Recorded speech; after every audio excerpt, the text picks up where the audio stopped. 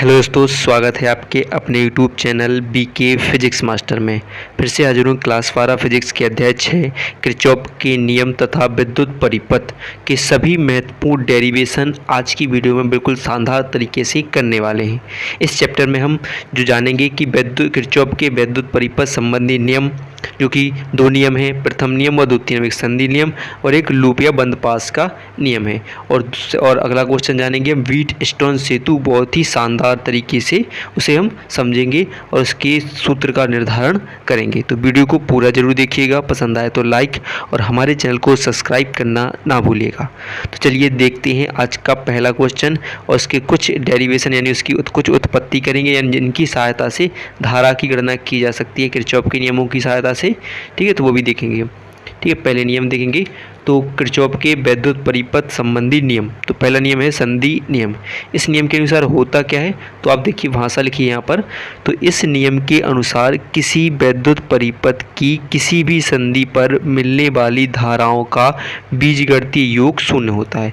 क्या होता है कि कोई भी परिपथ में जो धाराएं मिल रही हो और जिस संधि पर मिल रही हो वहाँ पर मिलने वाली समस्त धाराओं का बीजगणितीय योग शून्य होता है। यानी देखेंगे सिग्मा आई बराबर 0। ये क्या दर्शाता है कि बीजगणितीय योग के लिए दर्शाता है। सिग्मा आई बराबर 0 यानी किसी भी संधि पर मिलने वाली समस्त धाराओं का बीजगणितीय योग शून्य होता है।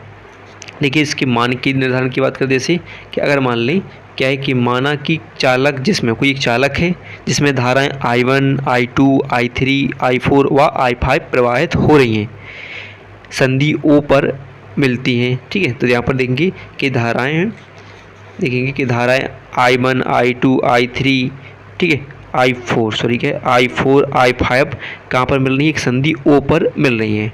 और यहाँ पर बात होगी जो धाराएं संधि की ओर आ रही होंगी वे धनात्मक होंगी, जो संधि से दूर जा रही होंगी वे ऋणात्मक होंगी। तो यहाँ पर लिखा है कि संधि की ओर आने वाली धाराएं धनात्मक तथा संधि से दूर जाने वाली धाराएं ऋणात्मक ली जाती हैं। तो यहाँ पर हम देखेंगे कि जो I1, I2 कहाँ पर आ रही है, संधि की ओर आ रही हैं। तो हम लिख दें कि I1 प्लस I2 क्या होंगी, ये धनात्मक होंगी। चूँकि यहाँ पर देखिए I3 कहाँ से जा रही है, बाहर की तरफ, देखिए ये तीर दिख रहे हो आप, तो माइनस I3 हो जाएगी। I4 भी बाहर की तरफ जा रही है तो माइनस I4 हो जाएगी। I5 भी बाहर की ओर जा रही है तो माइनस I5 हो जाएगी। बराबर हमने क्या पढ़ा है, एक बीजगणितीय योग, यानी कुल धाराओं का बीजगणितीय योग क्या होता है, शून्य होता है। तो यहाँ पर लिख देंगे योग क्या हो गया, शून्य हो गया।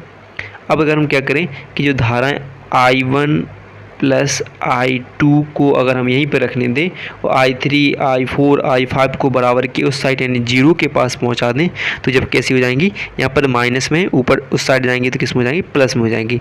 यानी क्या हो जाएगा, I3 plus I4 plus I5 हो जाएंगी।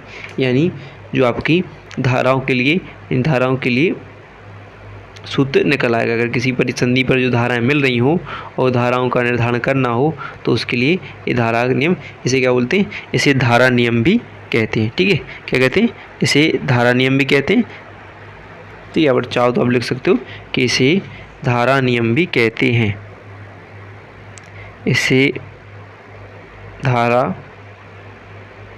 नियम या आवेश संरक्षण का नियम। ठीक है, आवेश संरक्षण का नियम भी कह सकते हैं, आवेश संरक्षण का नियम। ठीक है, कहते हैं, और भी नाम हो जाते हैं। तो ये हो जाएगा किरचॉफ का प्रथम नियम। तो चलिए सेकंड नियम देख लेते हैं, जो कि है लूप या संधि पास, बंद पास का नियम होगा। चलिए तो देख लेते हैं द्वितीय नियम, यानी किरचॉफ का द्वितीय नियम, जिसे लूप नियम या बंद पास का नियम भी कहते हैं। तो इस नियम के अनुसार होता क्या है कि इस नियम के अनुसार किसी परिपथ में प्रत्येक लूप या बंद पास के भागों में प्रवाहित होने वाली धारा एवं संगत प्रतिरोध के गुणनफलों का बीजगणितीय योग उस पास या लूप में लगने वाले समस्त विद्युत वाहक बलों के बीजगणितीय योग के बराबर होता है। यानी इस पर जिस लूप या बंद पास है, मान लीजिए लूप बंद पास है, कोई यहाँ पर देखिए पहला बंद पास है, इसमें जितनी भी धाराएं बह रही होंगी वो संगत प्रतिरोध के गुणन, यानी विसंगत प्रतिरोध, संगत प्रतिरोध के गुणनफल का बीजगणितीय योग होती है। और उसमें लगे विद्युत वाहक बल, जितने भी वाहक बल विद्युत वाहक बल होंगे उनके बीजगणितीय योग की क्या होती है, बराबर होती हैं। तो यानी मान लेते हैं कि यहाँ पर देखेंगे कि क्या पढ़ लिए कि जो धाराएं होती हैं बीजगणितीय योग के लिए क्या करते हैं, सिग्मा धारा होंगी वो संगत प्रतिरोध के गुणनफल यानी I इंटू आर बराबर कितनी होती है कि विद्युत वाहक बल होगी। तो हमारे यहाँ पर देंगे कि E1 E2 के यहाँ पर विद्युत वाहक बल हैं, तो क्या होगी विद्युत वाहक बल की बीजगणितीय योग के बराबर हो जाती हैं। तो हो गया नियम कि इस नियम के अनुसार किसी परिपथ में प्रत्येक लूप या बंद पास के विभिन्न भागों में प्रवाहित होने वाली धारा एवं संगत प्रतिरोध के गुणनफल का बीजगणितीय योग उस पास या लूप में लगने वाले समस्त विद्युत वाहक बल के बीजगणितीय योग के बराबर होता है। तो यानी जो धारा तथा प्रतिरोध का गुणनफल यानी बीजगणितीय गुणनफल बीजगणितीय योग गुणनफल का बीजगणितीय योग उसमें क्या होता है लगे विद्युत वाहक बल के बीजगणितीय योग के बराबर हो जाता है, यानी सिग्मा आई आर बराबर सिग्मा ई हो जाएगा। ठीक है, ए हो जाएगा, इसके लिए सूत्र हो जाएगा। ठीक है, अब चूंकि हम बात करते हैं कि अगर हम देखें कि यहाँ पर जो चित्र बनाया है, ठीक है, तो हम विभिन्न खंडों में अलग अलग खंडों में देख लेते हैं। ठीक है, अलग अलग बंद पास के लिए तो मान लेते हैं अगर पहले बंद पास एक, ठीक है, पहले बंद पास के लिए अगर हम देखें तो क्या होगा, तो यहाँ पर देखोगे कि जो धाराएं देखिए पहले बंद पास में धारा कौन सी बह रही है, I1 बह रही है, पहला बंद पास ये है। कौन सा नाम दे दें अगर इसे हम कोई भी नाम दे दें कि ए बी दिया पहले से सी और D, A B C D, यहाँ पर दे दें हम ई और एफ। ठीक है, नाम दे दें। तो पहला लूप हम ले लें अगर बंद पास तो ए बी सी डी, क्या ले लें ए बी सी डी से। तो इसमें देखिए कितनी धाराएं बह रही हैं, एक I1, ठीक है, और दूसरी बह रही है, ठीक है, ये देखिए यहाँ पर चली आएगी I1 और ये धारा क्या बह रही है, यहाँ पर I2 धारा बह रही है। कितनी धारा बह रही है, I1 व I2 धारा बह रही है, ये धारा ही बह रही है इसमें I1 I2। तो अगर मान लेते हैं पहले लूप के लिखते हैं, तो अगर धारा I1 है तो उसका संगत प्रतिरोध क्या होगा, R1 हो जाएगा, तो R1 होगा। फिर देखिए दूसरी धारा के लिए अगर धारा I2 है तो उसका संगत प्रतिरोध क्या होगा, R2 होगा। धारा I2 है तो संगत प्रतिरोध क्या होगा, R2 होगा। लेकिन अब देखिए यहाँ पर चिन्ह की जरूरत है, तो यहाँ पर देखिए इस धारा की दिशा, जो धारा आ रही है वो कहाँ से कहाँ की ओर आ रही है, ऐसी आ रही है, ऐसे R1 से यहाँ सीधी चली आ रही है, ऐसी आ रही है। लेकिन जो I2 धारा है वो कहाँ से जा रही है, ऐसी उसकी दिशा में, उसकी विपरीत दिशा में जा रही है। तब जी क्या होंगे, इन दोनों के बीच के कौन सा चिन्ह लगाएं हम, माइनस का चिन्ह लगा देंगे, यानी क्या हो जाएंगी धारा एक दूसरे की माइनस हो जाएंगी, बराबर। और यहाँ पर देखिए तो विद्युत वाहक बल की दिशा किस ओर है, इस ओर, तो इस E1 की दिशा, पहले विद्युत वाहक बल E1 की दिशा इस ओर है और इसकी भी देखिए उसकी विपरीत दिशा में, तो यहाँ पर E1 माइनस क्या हो जाएंगे, E2 हो जाएंगे, हो जाएगी नहीं। संगत प्रतिरोध का गुणनफल जो विद्युत वाहक बल का बीजगणितीय योग बराबर होता है। तो विद्युत वाहक बल क्या होगा, यहाँ पर E1 माइनस E2 हो जाएंगे। ठीक है, पहले लूप के लिए हो जाएंगी। और अगर हम बात करें बंद पास 2 के लिए, यानी बंद पास 2 के लिए, तो बंद पास 2 क्या होगा, यहाँ पर A B E F के लिए हो जाएगा। ठीक है, तो यहाँ पर देखिए तो इसमें क्या होगी धारा, मान लेते हैं पहली धारा ए लूप हो जाएगा, पूरा लूप ए हो जाएगा। ठीक है, तो देखिए यहाँ इसमें धारा क्या बह रही है, तो पहले देखेंगे I2 क्या बह रही है, I2 धारा बह रही है, तो इसका संगत प्रतिरोध क्या हो जाएगा, R2 हो जाएगा। ठीक है, फिर यहाँ से चले तो यहाँ पर हमने देखा कि धारा क्या बह रही है, देखो धारा ऐसी दिशा में चली आ रही है। अगर ऐसी धारा चल रही है एक ही दिशा में जा रही तो धनात्मक, उसके विपरीत दिशा में धारा हो तो ऋणात्मक लेते हैं। तो यहाँ पर देखिए धाराएं कैसी एक ही दिशा में जा रही हैं, I1 प्लस I2, और यहाँ पर I2 की धारा कैसी है, सेम है, दिशा कैसी है, सेम है, तो क्या लगेंगे प्लस, क्या हो जाएगा I1 प्लस I2 और उसका प्रतिरोध क्या है R3 बराबर, तथा इसमें लगने वाला विद्युत वाहक बल क्या है, E2, क्या है E2 है, तो विद्युत वाहक बल क्या हो जाएगा, E2 हो जाएगा। ठीक है, तो ये दोनों क्या हो जाएंगे, तो इन समीकरणों की सहायता से इनको अगर हम हल कर लेंगे तो I1 व I2 के मान हम ज्ञात किए जा सकते हैं, यानी इसमें धारा के मान ज्ञात कर सकते हैं इसमें। तो इसे वोल्टता नियम भी कहते हैं। क्या कहते हैं? वोल्टता नियम भी कहते हैं। वोल्टता नियम भी कहते हैं, ठीक है, इसे वोल्टता नियम भी कहते हैं। तो चलिए अगला क्वेश्चन देख लेते हैं, जो कि है व्हीटस्टोन सेतु। चलिए तो देख लेते हैं व्हीटस्टोन सेतु। पेपर में क्वेश्चन आ जाता है कि व्हीटस्टोन सेतु का सिद्धांत क्या है, पूछा जाता है। या व्हीटस्टोन सेतु की परिपथ चित्र खींचिए, यानी जो चित्र आरेख खींचिए और उसकी सहायता से मतलब उसका संबंधित सूत्र ज्ञात कीजिए, ठीक है। उसका सूत्र ज्ञात करना है, जो कि P/Q बराबर R/S लिखा है, वो निकालना निर्धारण करने के लिए पूछ लिया जाता है। तो देखिए, अगर आपको यहाँ लिखा है, हमें यहाँ पे क्या लिखा है, व्हीटस्टोन सेतु का सिद्धांत। आपको अगर पेपर में लिखना हो, सबसे पहले क्या लिखोगे, इसकी संरचना लिखोगे। संरचना जो कि हम जानने वाले हैं इस चित्र के माध्यम से, ठीक है। तो पहले जानेंगे व्हीटस्टोन सेतु होता क्या है। तो व्हीटस्टोन सेतु एक ऐसी व्यवस्था है जिसकी सहायता से किसी अज्ञात प्रतिरोध की गणना की जा सकती है। क्या निकाला जा सकता है? अज्ञात प्रतिरोध ज्ञात किया जा सकता है। तो आप अगर लिखना चाहो तो रचना कैसे लिखोगे कि इस सेतु में क्या करोगे, इस सेतु में 4 प्रतिरोध क्या होंगे, 4 प्रतिरोध लिखे PQRS, 4 प्रतिरोध PQRS को एक चतुर्भुज ABCD में श्रेणी क्रम में जोड़ा जाता है। किस में जोड़ा जाता है? श्रेणी क्रम में जोड़ा जाता है। तो क्या लिखोगे कि इस सेतु में 4 प्रतिरोध PQR तथा S को एक चतुर्भुज ABCD में श्रेणी क्रम में जोड़ा जाता है। कि चतुर्भुज के A व C भुजा है जो, उससे एक विद्युत वाहक बल E जोड़ते हैं। क्या जोड़ते हैं? एक विद्युत वाहक E जोड़ते हैं, जिसमें एक प्लग कुंजी, यानी क्या होगी, कुंजी K1 लगाते हैं, ठीक है। क्या लगी है? कुंजी K1 लगी होती है, ठीक है।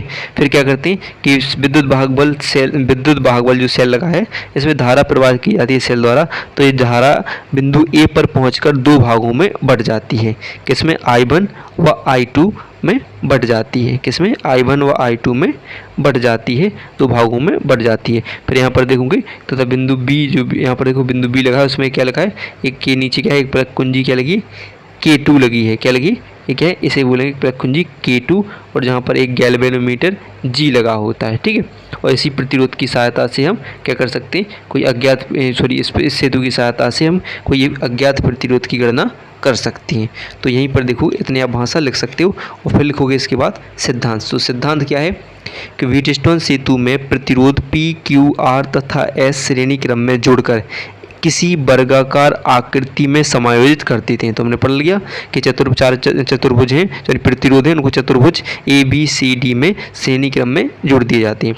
जब व्हीटस्टोन सेतु में चतुर्भुज ABCD के रूप में जुड़े प्रतिरोध के मान इस प्रकार समायोजित किए जाएं कि सेल कुंजी K1 तथा धारा मापी कुंजी K2 दोनों बंद करने पर धारा मापी में कोई विक्षेप प्राप्त ना हो। अगर कैसे जुड़े हम, कि अगर हम इसको कुंजी K1 और K2 को अगर हम बंद भी कर दें तो इनमें कोई विक्षेप ना हो, यानी जो प्रतिरोध है PQR तथा S में कोई परिवर्तन ना हो, कोई विक्षेप ना हो, इस प्रकार हमें जुड़ना है। फिर देखिए, ना हो, इस दशा में सेतु क्या हो, कैसा माना जाएगा, संतुलित कहा जाएगा। इस दशा में क्या कहा जाएगा कि सेतु कैसा है, संतुलित है। सेतु की संतुलित अवस्था में चतुर्भुज की किन्हीं 2 संलग्न भुजाओं, सेतु की संतुलित अवस्था में क्या हुआ कि किन्हीं 2 संलग्न भुजाओं में लगे प्रतिरोध का अनुपात शेष 2 संलग्न भुजाओं में लगे प्रतिरोध के अनुपात के बराबर होता है। यानी चतुर्भुज की 2 भुजाएं मान लेते हैं यहाँ पर, एक AB और AD में लगे प्रतिरोध, यानी PQ और बटे मतलब P और Q, और शेष 2 भुजाएं कौन सी हैं, BC और DC, इनमें लगे 2 प्रतिरोध के अनुपात के बराबर होते हैं, यानी P/Q बराबर R/S। यानी ये 2 भुजाएं हो गई AB और AD में लगे प्रतिरोध का अनुपात शेष 2 भुजाओं के अनुपात के बराबर होता है।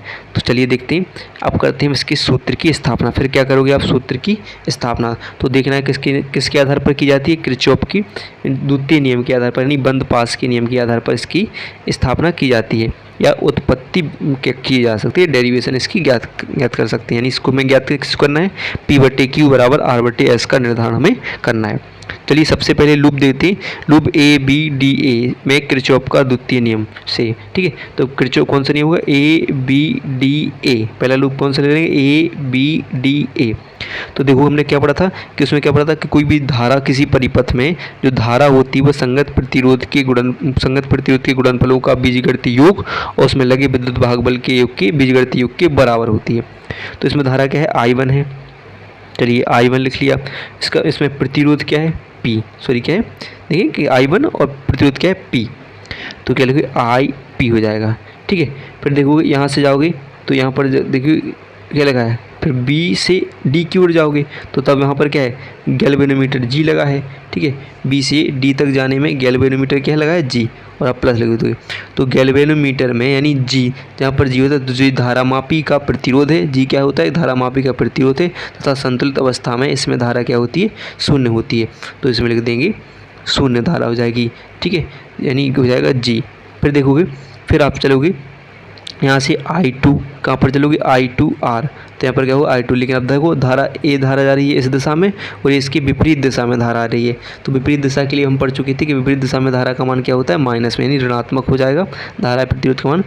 तो I2 और प्रतिरोध क्या है, R है, बराबर जो यहाँ पर विद्युत वाहक बल, ठीक है, क्या होगा कि मान लेते हैं कि शून्य हो जाता है, ठीक है, विद्युत वाहक बल नहीं है। तो हम क्या करेंगे, अगर हम इसको मान तो क्या होगा, G का गुणा 0 में करेंगे तो 0 हो जाएंगे, क्या हो जाएगा, क्या होगा, IP बराबर हो जाएगा I2R को उस साइड पहुंचा दें तो क्या हो जाएगा, I2R प्लस में हो जाएंगे और इसे मान लेंगे हम समीकरण 1 मान लेंगे, ठीक है।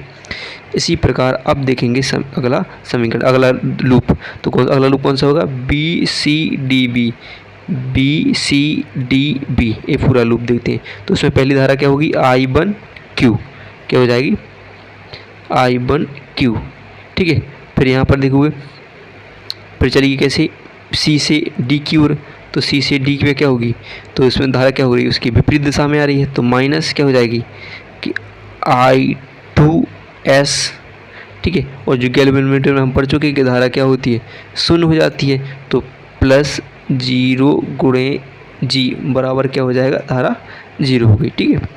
तब क्या होगा, I1 I2 यानी I2S को उस साइड पहुंचा देते, यानी क्या हो जाएगा, I1Q बराबर I2S हो जाएगा, ठीक है, क्योंकि ये धारा तो शून्य हो जाएगी। अब क्या हो जाएगा, इसे मान लेंगे समीकरण 2। तो आपको क्या करना है कि समीकरण 1 में समीकरण 2 से भाग देने पर, ठीक है, तो क्या हो जाएगा, समीकरण 1 में समीकरण 2 से भाग देने पर तो क्या हो जाएगा, P क्या होगा, I1 P बटे क्या हो जाएगा, I1Q बराबर यहाँ पर क्या हो जाएगा, I2R